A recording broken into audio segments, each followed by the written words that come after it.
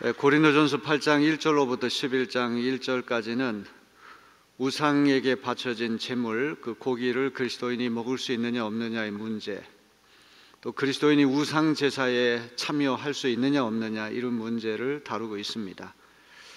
2000년이라고 하는 시간과 또 공간이 이렇게 변화된 오늘 우리가 이 말씀을 읽을 때 예수 믿는 우리가 제사에 참여할 수가 있느냐, 제사 드리고 나서 음식을 먹을 때 그 제사 음식을 먹을 수 있느냐, 이 문제와도 직결됩니다. 또 직장에서 무슨 일이 있을 때 고사를 지냅니다. 예수 믿는 우리가 고사 지내는 자리에 참여할 수 있느냐, 또 고사 지내고 난 다음에 그 음식을 먹을 수 있느냐, 이제 이런 문제와 또 연관됩니다. 그렇기 때문에 이 문제는 2000년 전에 고린도 교회만의 문제가 아니라 주님이 오실 때까지 문화적인 상황에 따라서 계속해서 우리의 문제가 될 수 있다는 사실을 기억하고 이 말씀을 우리가 들어야 할 것입니다.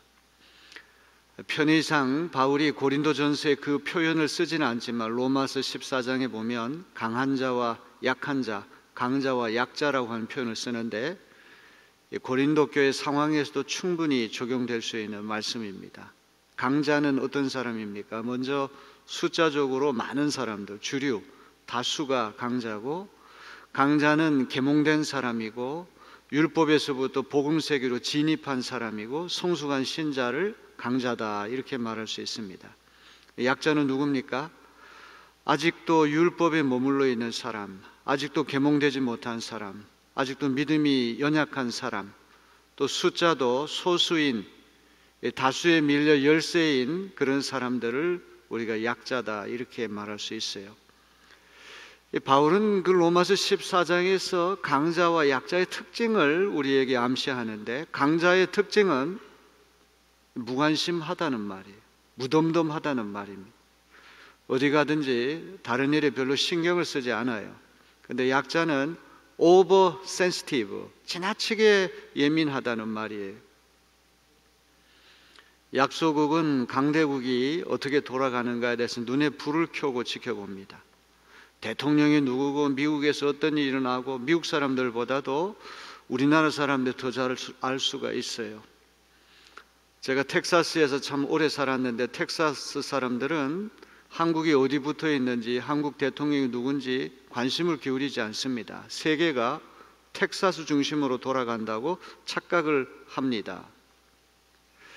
여러분이 강자에 속한지 약자에 속했는지 알기 위해서는 내가 무덤덤한 편인가, 아니면 어디 가서 예민한 편인가, 다른 사람에 대해서 별로 신경 쓰지 않고 무관심하면 이거는 기질이나 천성의 문제라기보다도 강자에 속하기 때문에 그런 것이고, 약자는 경제적으로 내가 가난하다든지 권세가 없다든지 어떤 형편이든지 모자랄 경우에는 다른 사람이 내게 하는 말에 대해서 지나치게 예민하고 그것을 그냥 쉽게 이렇게 지나치지 않을 때는 내가 약자구나, 이렇게 생각하면 됩니다.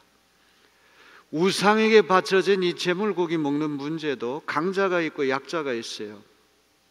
강자는 어떤 생각을 하는가 하니 우상이라고 하는 것은 헛개비다. 그는 인간의 상상, 인간의 지식으로 만들어낸 것이고 실체가 없다. 오늘 시편 135편에도 그런 말씀하죠. 우상은 사람의 손으로 만든 것이기 때문에 눈이 있어도 보지 못하고 입이 있어도 말하지 못하고 귀가 있어도 듣지 못하는 허수아비와 같은 것이다. 그 다음에 두 번째는 음식이라고 하는 것. 음식이라고 하는 건 중립적인 것이죠. 어떤 음식을 먹느냐 안 먹느냐에 따라 가지고 하나님과 우리 관계가 달라지는 것은 아닙니다. 우리가 어떤 마음가짐을 먹느냐가 중요한 것이, 음식 자체는 중립적인 것입니다. 고린도 교회 안에서 우상 제물을 얼마든지 먹을 수 있다 이렇게 생각하는 사람들은 강자인데, 이들이 이렇게 먹을 수 있다고 주장하는 근거는 지식 때문에 그런 거예요. 그 지식은 크게 우상에 대한 지식과 음식에 대한, 제물이 음식이니까 제물에 대한 지식 두 가지입니다. 상천하지에 살아계신 인격신 유일신은 아버지 하나님밖에 없다. 특별히 예수 그리스도를 통해서 계시된 하나님만이 유일한 진짜 신이지, 다양하게 온갖 이름을 달고 있는 그런 우상들은 진짜가 아니다. 이게 첫 번째 지식이에요. 두 번째 지식은 음식에 대한 지식입니다. 자, 고린도전서 8장 8절을 잠깐 볼까요? 그러나 우리를 하나님 앞에 내세우는 것은 음식이 아닙니다. 첫 번째 경구라고 볼 수가 있어요. 두 번째 경구 혹은 두 번째 구호는 무엇입니까? 음식을 먹지 않는다고 해서 손해볼 것도 없고 먹는다고 해서 이로울 것도 없습니다. 하나님 앞에 우리를 내세운다고 하는 말은 긍정적으로 말을 한다면 어떤 음식을 먹는다고 해서 하나님 앞에 인정받는 것도 아니고, 부정적으로 표현을 한다면 어떤 음식을 먹는 것에 따라 가지고 하나님의 심판을 받는 것도 아니다. 하나님의 정죄를 받는 것도 아니다. 음식 때문에 하나님의 인정과 칭찬받는 것도 아니고, 음식 때문에 하나님의 정죄와 심판받는 것도 아니다. 이게 첫 번째 슬로건입니다. 이거는 신학 지식으로 볼 때 옳은 것이죠. 두 번째는 강자 입장에서 이야기를 하는 것일 거예요. 고린도 교회 강자들은 율법으로부터 벗어나 복음 세계에 진입했다 이렇게 믿고, 우리는 계몽된 신자고 성숙한 신자이기 때문에 우상 아무것도 아니고 음식 때문에 구원받고 구원받지 않는 것이기 때문에 얼마든지 우상 잼을 자유롭게 먹을 수 있다 이렇게 주장하는 사람들이에요. 그런 이들에게 바울은 따끔한 충고를 곁들인 말씀을 하는 것입니다. 음식을 안 먹는다고 해서 손해볼 것도 없고, 음식을 먹는다고 해서 이로울 것도 없습니다. 강자들이 생각하는 것처럼 재물 고기를 먹는다고 해서 더 좋은 것도 아니고, 입에 안 된다고 해서 더 나쁜 것도 아닙니다. 이 우상에게 바쳐진 재물은 우상 숭배와 관련돼서 이 말씀이 나왔다고 한다면 할례자와 무할례자 논쟁과 연관해서도 우리가 해석해 볼 수가 있어요. 갈라디아서 5장 6절 말씀 한번 볼까요? 그리스도 예수 안에서는 할례나 무할례나 효력이 없으되 사랑으로서 역사하는 믿음뿐이니라. 할례 받았다고 해서 더 좋은 것도 아니고, 할례 받지 않았다고 해서 더 나쁜 것도 아니고, 사랑으로서 역사하는 믿음만이 그리스도인이 추구해야 할 가치다 이렇게 말씀합니다. 갈라디아서 6장 15절도 말씀합니다. 할례를 받거나 안 받는 것이 중요한 것이 아니라 새롭게 창조되는 것이 중요합니다. 이스라엘 사람들은 사내 아이가 태어나면 난지 8일 만에 할례를 행해서 아브라함의 자손이고 율법 백성이고 언약 백성인 것을 신체로 표시를 해줘요. 할례 받은 것을 볼 때마다 피지컬 메모리, 신체적인 기억이 떠오르는 것이죠. 아, 나는 하나님 백성이야, 아브라함의 후손이야, 언약 백성이야, 율법 백성이야, 이걸 깨닫게 되는 거예요. 문제는 할례 받지 않은 이방인들도 교회에 들어오려면 할례 받아야 한다 이렇게 주장하는 이들이 있었는데, 바울 사도는 그게 아닙니다. 할례자냐 무할례자냐 이것 때문에 구원이 결정되는 것이 아닙니다. 할례 받았느냐 안 받았느냐 이게 중요한 것이 아니라 새롭게 창조되는 것, 사랑으로서 역사하는 믿음, 이것이 훨씬 더 중요한 가치다 이렇게 바울은 주장합니다. 신명기 14장에 가면 유대인들은 정한 음식과 부정한 음식을 나누었어요. 코쉐르라고 해가지고 아주 오늘까지도 엄격한 유대인들은 이 음식 규례에 따라서 철저하게 음식을 가려서 먹습니다. 율법에서 해방돼 복음 세계에 진입한 그리스도인이 신명기 14장이 정한 음식으로 규정한 양고기를 먹는다고 해서 이루어진 것이 아니고, 부정한 음식으로 규정한 돼지고기를 먹는다고 해서 해로운 것도 아니다. 이런 맥락에서 우리가 이해를 해볼 수가 있어요. 자, 두 가지 지식이 중요합니다. 우상 제물이니까 첫째는 우상에 대한 지식이고 두 번째는 제물 음식에 대한 지식이에요. 강자들은 올바른 신학 지식에 근거해가지고 얼마든지 우상 제물 먹을 수가 있다. 우리가 제사를 지낼 때 예수 믿는 사람 제사 지내야 되냐 말아야 되느냐, 참가해야 되느냐 참가하지 말아야 되느냐, 아마 강자라면 이런 거 생각하겠죠. 우리가 조상님 앞에 절을 하는 것은 조상신이 우리 절을 받는 것이 아니라 조상님을 기억하고 조상님한테 예의를 갖추고 어떤 존경하는 마음으로 절을 하는 것 뿐이다. 무슨 조상신이 살아가지고 제사 음식을 받는단 말인가. 그렇기 때문에 음식이라고 하는 것도 음식일 뿐이지 그 귀신 앞에 바쳐진 것 아니니까 먹을 수 있다. 이런 신학 지식을 갖고 제사도 참여할 수가 있고 제사 음식도 먹을 수 있다, 이렇게 생각할 수 있겠죠. 자, 중요한 거는 이런 지식을, 우상과 음식에 관한 지식을 고린도 교회 안에 모든 교인들이 다 공유하는 것은 아니다. 7절이 이 말씀 우리에게 일러줍니다. 우리 7절을 다 같이 읽어볼까요? 그러나 누구에게나 다 지식이 있는 것은 아닙니다. 어떤 사람들은 지금까지 우상을 섬기던 관습에 젖어 있어서 그들이 먹는 고기가 우상의 것인 줄로 여기면서 먹습니다. 그들의 양심이 약함으로 더럽혀지는 것입니다.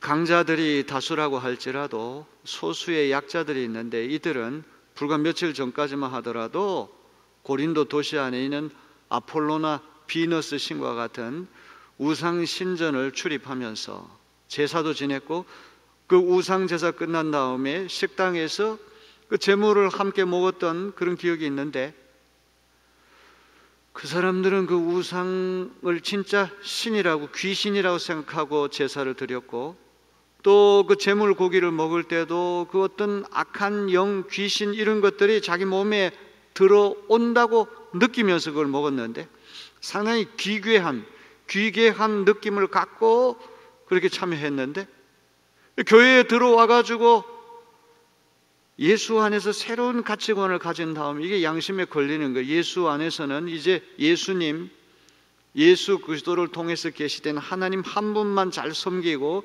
그분만 공경해야지.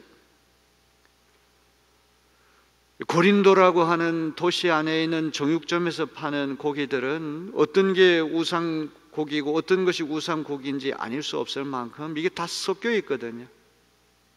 신전에서 우상하게 바칠 고기가 모자랄 경우에는 일반 고기를 가져가고, 또 제사 지낸 다음에 고기가 남을 때는 제사장이 개인적인 수익을 챙기고자 그 고기를 정육점에다 푸주간에다 갖다 팔았어요.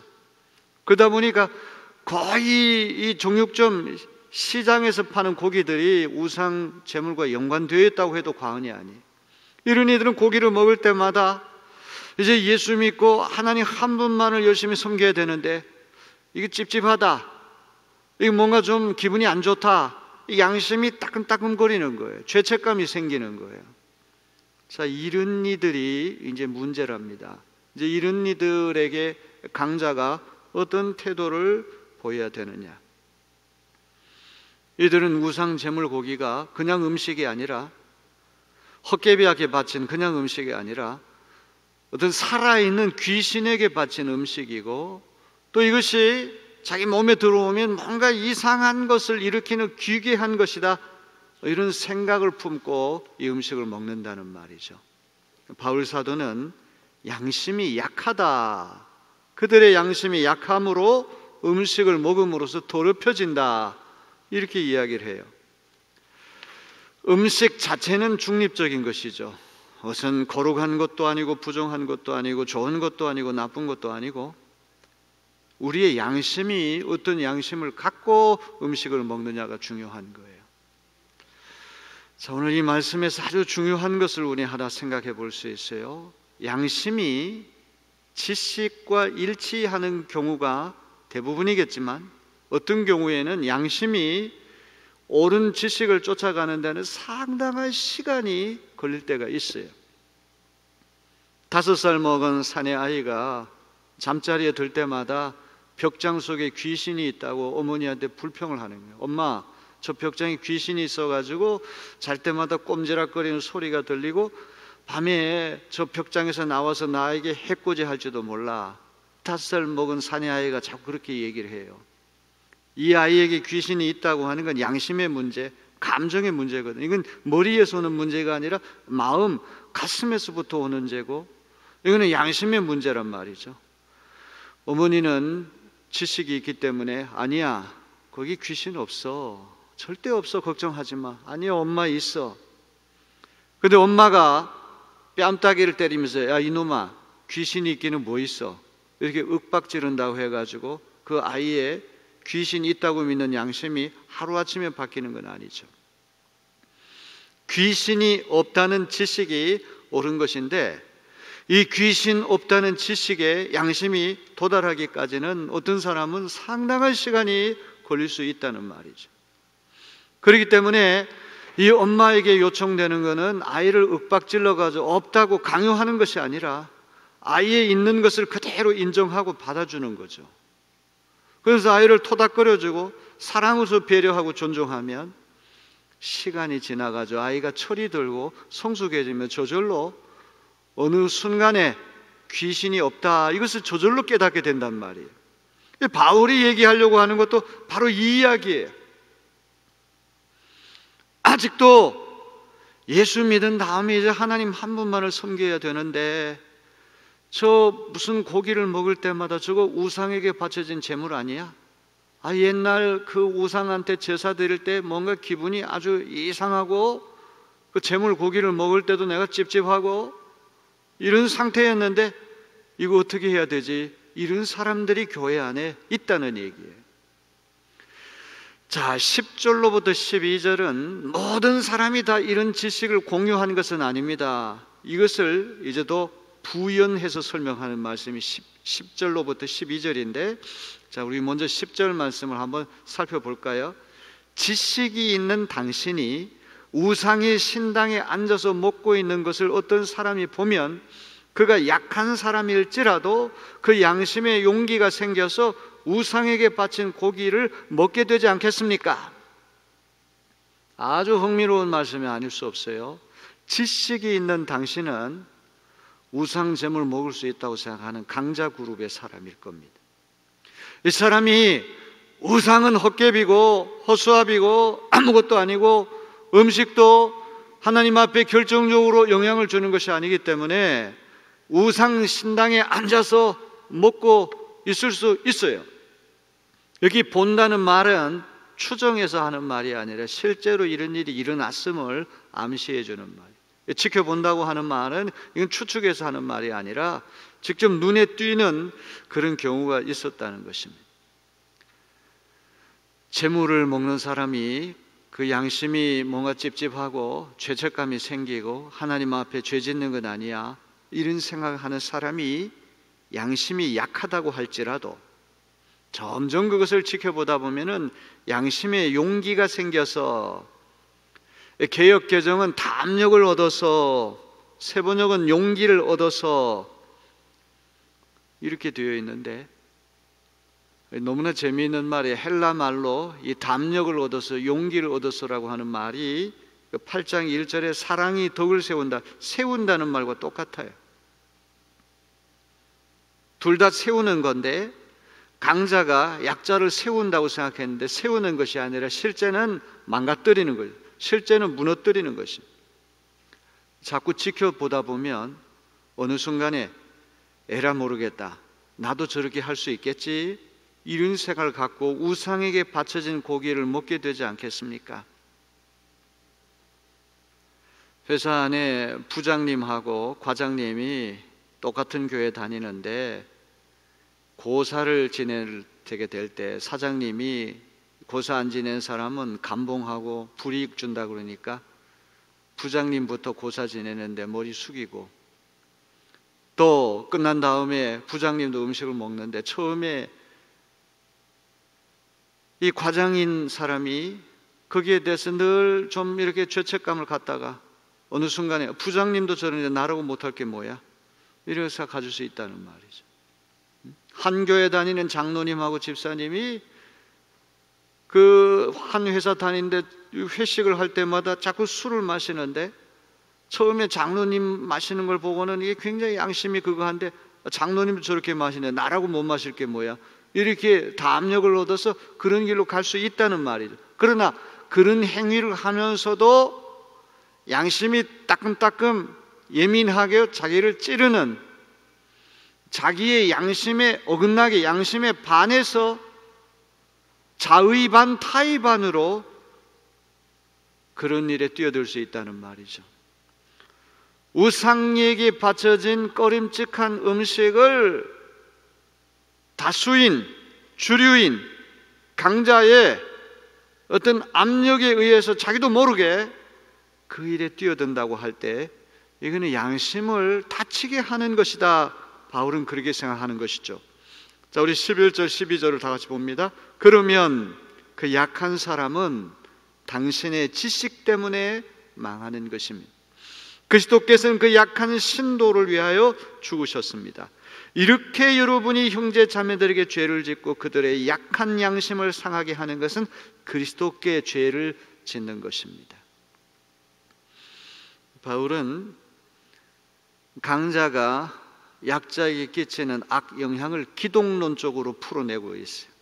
이건 단순히 신도들끼리의 문제가 아니라 그리스도께 죄를 짓는 것입니다.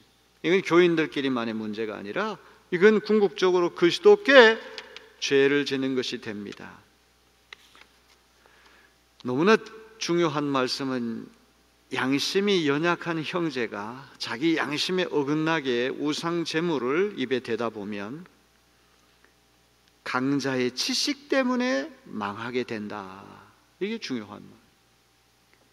망한다는 말은 약자가 예전에 우상 숭배했던 관습으로 다시 굴러떨어져서 멸망에 이를 수 있다, 이런 말이 되는 것이죠.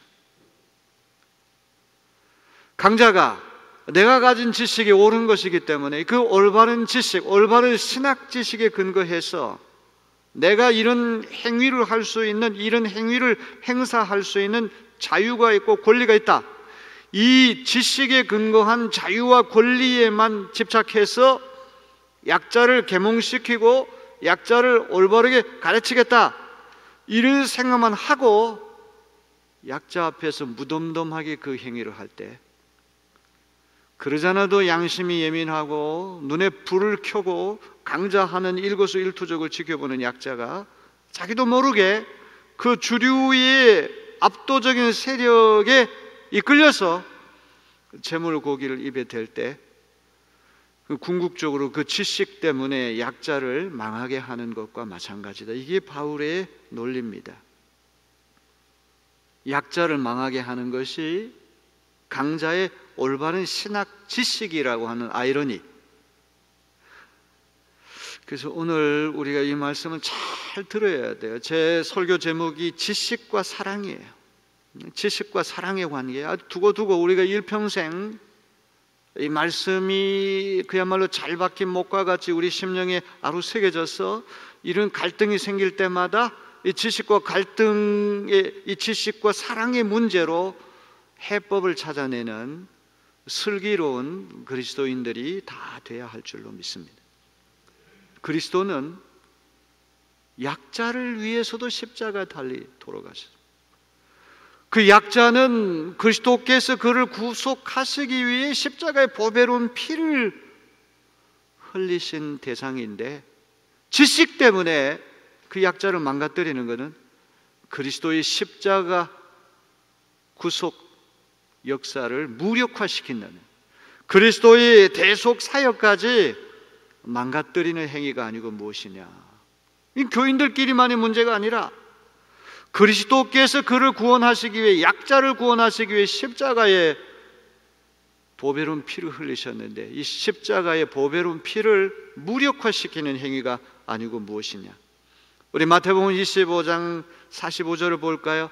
이에 임금이 대답하여 이르시되 내가 진실로 너희에게 이르노니 이 지극히 작은 자 하나에게 하지 아니한 것이 곧 내게 하지 아니한 것이니라 하시니라. 지극히 적은 자에게 어떤 영향을 미치느냐, 그것이 곧 그리스도께 하는 것과 마찬가지라는 거죠. 로마서 14장 15절, 만일 음식으로 말미암아 내 형제가 근심하게 되면 이는 뇌가 사랑으로 행하지 아니함이라. 그리스도께서 대신하여 죽으신 형제를 뇌 음식으로 망하게 하지 말라. 이게 고린도 전서만의 문제가 아니라 바울의 일관된 입장이 로마서에도 그대로 나타나고, 아니 바울 서신 13통의 편지에 지배적으로 나타난다고 볼 수 있어요. 자, 이제 결론을 맺어야 할 때가 됐습니다. 자, 고린도전서 8장 1절로부터 11장 1절은 우상 제물 먹는 문제, 우상 제사에 참여하는 문제, 이 크게 두 가지 문제를 다루는데,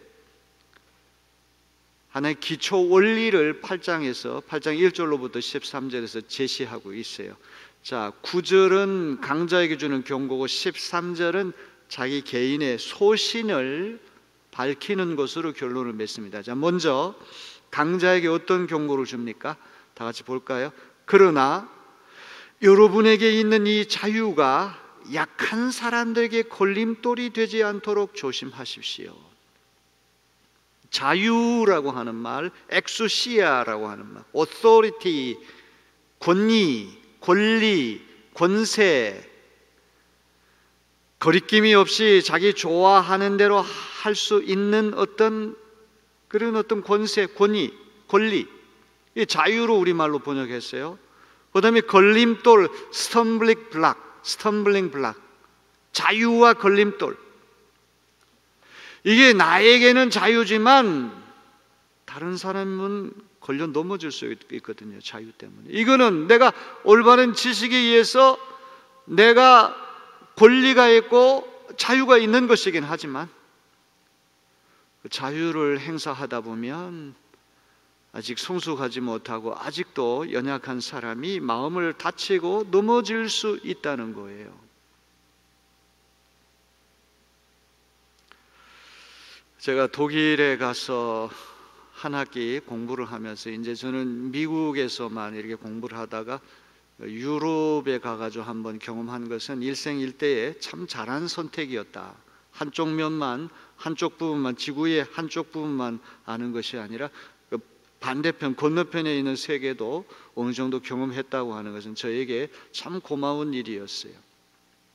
전부 다 목사님들이 이제 안식년을 맞아서 저처럼 그렇게 한 학기 공부를 하는데, 이 독일 사람들은 점심 이렇게 먹을 때마다 다 생맥주를 시켜서 마시더라고요. 처음에는 굉장히 이상했습니다. 저 생맥주도 술인데, 알코올인데. 그런데 이제 나중에 들어보니까 이 생맥주는 그 사람들에게 문화적인 것인데요, 이 석회질이 많이 들어가 있는 물을 마시면 이게 신장 결석 같은 게 걸리거든요. 그래서 이런 거를 예방하기 위한 음료수 형태로 맥주 산업이 발달해가지고 마틴 루터 같은 사람도 얼마나 경건하고 얼마나 독실한 사람입니다. 그런데 자기 집에 양조장을 만들어가지고 생맥주를 만들어서 오는 손님들 대접하고, 이런 기록들이 나온단 말이에요. 처음에 굉장히 이상했는데 나중에는 이제 이해를 하게 되는 것이죠. 그런데 생맥주든 무슨 와인이든 무슨 빼가리든 어떤 술이든 위스키든 어떤 술이든 그것이 죄 짓는 것이라고 어려서부터 가르침을 받고 거기에 대해서 항상 눈에 불을 켜고 예민하게 생각하는 사람이 있을 때는 이거 그냥 음료수야, 이런 지식에 근거해서 그거를 마시는 사람이 권리와 자유를 행사할 때 앞에서 그걸 지켜보는 사람이 스텀블링 블락, 걸려 넘어질 수 있다는, 이 자유, 한 사람에게는 자유야. 그래서 다른 사람이 걸림돌이 돼. 강자에게는 그냥 음식이야. 그런데 약자에게는 그냥 음식이 아니에요. 이거는 귀신에게 바쳐진 제물이기 때문에 이거는 내게 어떤 식으로도 영향을 미친다고 생각할 수 있다는 말이죠. 여러분에게 있는 자유가 약한 사람들의 걸림돌이 되지 않도록 조심하십시오. 예수 믿는 우리는 평생에 이 말씀 마음에 새겨야 돼요. 이게 나의 권리고, 내가 지식이 오르기 때문에 옳은 지식에 근거해서 이런 권리, 이런 자유를 내가 얼마든지 행사할 수 있는데, 자기에게는 권리고 자유일지 모르지만 연약한 사람에게는 그것이 걸림돌이 되니까 조심해라. 자유를 절제하라. 어떨 때는 과감하게 포기하라. 자발적으로 억지로 하는 게 아니라 이것이 바울이 우리에게 가르쳐주는 귀한 교훈이에요. 13절이 결론입니다. 그러므로 음식이 내 형제를 걸어서 넘어지게 하는 것이라면 그가 걸려서 넘어지지 않게 하기 위해서 나는 평생 고기를 먹지 않겠습니다. 어떤 성이 영원이라고 하는 말을 썼는데 영원이라고 하는 말은 좀 지나쳐 never, 절대로라고 하는 말, 절대로 나는 그런 음식을 입에 대지 않겠다. 이 재미있는 말이 이 우상 제물 고기 문제인데 음식이라고 하는 중립적인 용어를 쓰거든요. 이 음식에는 상당히 포괄적인 용어예요. 이거는 육식주의자뿐만 아니라 채식주의자까지 고려한 말이에요. 그러나 바울이 이 말씀할 때는 단순히 음식뿐만 아니라 내가 행사하는 권리와 자유가 음식 섭취하는 문제뿐만 아니라 여하한 행위라고 할지라도 나의 자유와 권리를 행사하는 것 때문에 형제가 걸려 넘어지는 것이라면 never, 나는 절대로 그 행위를 하지 않을 것입니다. 이런 얘기가 되는 거예요. 이거야말로 예수님이 십자가에서 보여주신 사랑의 정신이 아니고 무엇이겠습니까? 자유라고 하는 것이 내게는 자유지만 어떤 사람에게는 걸림돌이 돼요. 어떤 사람에게는 음식에 불과하지만 어떤 사람에게 그게 단순한 음식이 아닐 수 있거든요. 양심이 지식을 쫓아가는 데는 상당한 시간이 걸릴 수 있어요. 계몽된 사람이 볼 때는 아유 저거 아직도 옛날 세계에 머물러 있네 그렇게 생각할지 모르지만 양심의 문제라고 하는 건 감정의 문제, 머리에서부터 오는 게 즉각적으로 내 감정이 반응하는 문제이기 때문에 이게 쉬운 게 아니에요. 그 사람이 그런 양심의 세계에서부터 벗어나 올바른 지식까지 올라가려고 그러면 상당한 시행착오를 거치고 상당한 수준의 노력과 상당한 수준의 변화가 필요하다는 것이죠. 자, 이제 결론입니다. 지식과 사랑의 관계. 까딱 잘못 해석해가지고 이 지식, 그노시스라고 하는 아주 중요한 헬라 말이에요. 한번 따라해 볼까요? 그노시스. 너무너무 중요한 말이에요. 또 하나 아가페. 아마 여러분들 귀가 따갑게 들어요. 아가페, 사랑이죠. 그노시스와 아가페, 이 두 가지는 같이 가야 돼요. 발과 같은 대석학이 지식을 무시하고 지식을 배제하자, 이 말도 안 되는 오토닥시, 정통교리, 정통지식. 오늘날도 바른 진리에 이르는 지식이 없어가지고 그 지식이 그릇된 곳에 빠져가지고 우상숭배하고 그릇된 이단 종파에 빠진 사람들이 얼마나 많습니까? 우리는 항상 faith seeking understanding, 이해를 추구하는 신앙, 진리를 추구하는 신앙, 지식을 추구하는 신앙이 돼야지 무턱대고 무조건 말도 안 되는 거죠. 아무것도 아닌 진리를 아는 걸 위해서 어떻게 우리가 순교를 할 수 있단 말이에요. 이거는 확고부동한 지식의 세계, 진리의 세계는 확신이 있기 때문에 내 몸을 던질 수가 있는 것이지, 이게 아리까리 어산무사, 이게 혼동이 오고 진리가 아니고 거짓, 이단종파, 우상, 거기에 목숨 던질 사람이 어디 있냐 이 말이에요. 지식에는 한계가 있고 지식과 사랑이 부부처럼 같이 가야 되는데 항상 사랑이 우선돼, 지식의 한계성과 사랑의 우선성을 이야기하는 것이죠. 지난 주일에 제가 충분히 말씀드렸다고 생각하는데, 이 지식이라고 하는 것은 바깥에 있는 것이 내 안에 들어오는 것, 뭘 안다고 하는 것은 자연세계든지 사람이든 이 바깥에 있는 것이 내 안에 들어오다 보니까 항상 센터가 내 자아가 중심이 되는 거예요. 하나님을 아는 지식도 그렇죠.